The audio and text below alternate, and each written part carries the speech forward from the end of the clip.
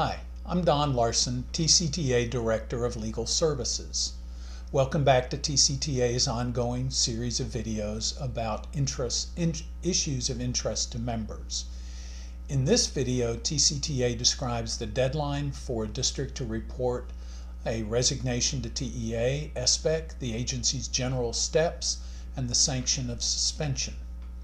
The report to SBEC. A district does not have to report and seek sanctions. In the past, many districts just let a person to resign. But as districts find it harder to recruit and keep good educators, more districts seek sanctions as a way to dissuade educators from resigning during the contract year or before the school year starts after the deadline.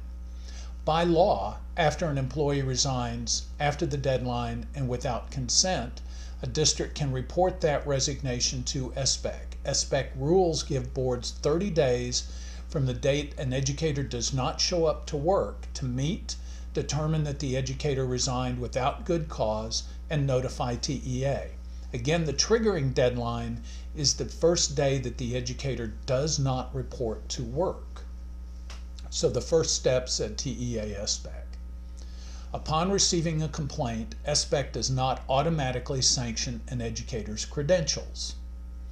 Texas law requires a licensing agency such as SBEC to meet with, or at least make an offer to meet with and receive information from an individual subject to licensure sanctions.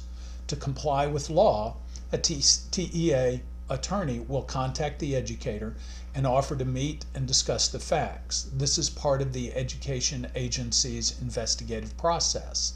Either in a meeting or in writing, the educator can respond to the allegations, provide evidence to correct the record, or state the reason, such as those encompassed by the rules, that constitutes good cause for an educator to resign without consent and after the deadline.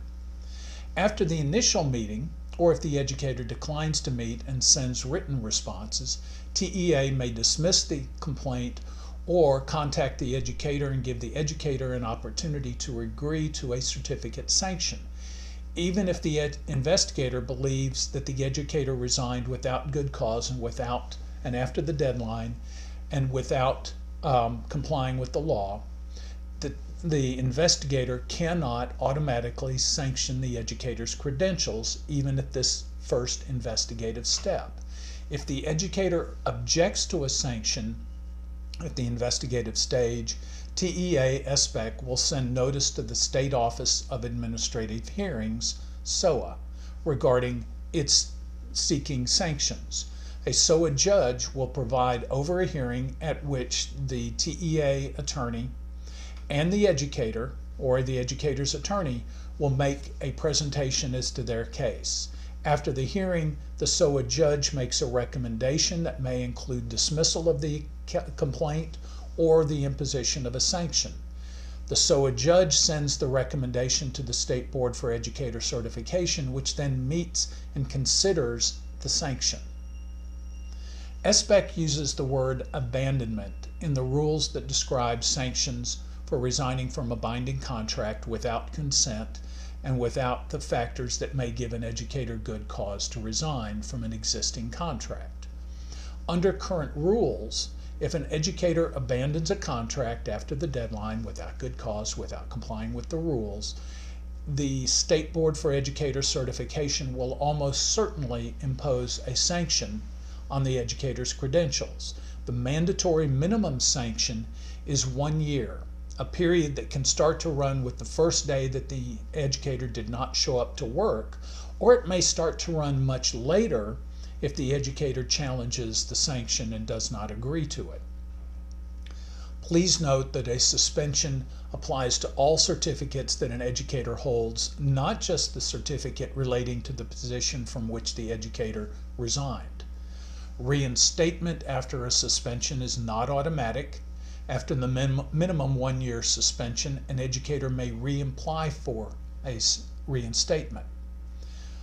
This is also important. There is a record of the suspension. If SBEC imposes a sanction of suspension or another certificate sanction, the record of the sanction will remain on the face of the educator's virtual certificate that is posted online. That is a public record, and it is the source of information that districts use when considering who to hire among various applicants. This concludes Part 4 of the Resignations series. Please join us for Part 5, which explains more about good cause for resignation. Thank you very much for your time today.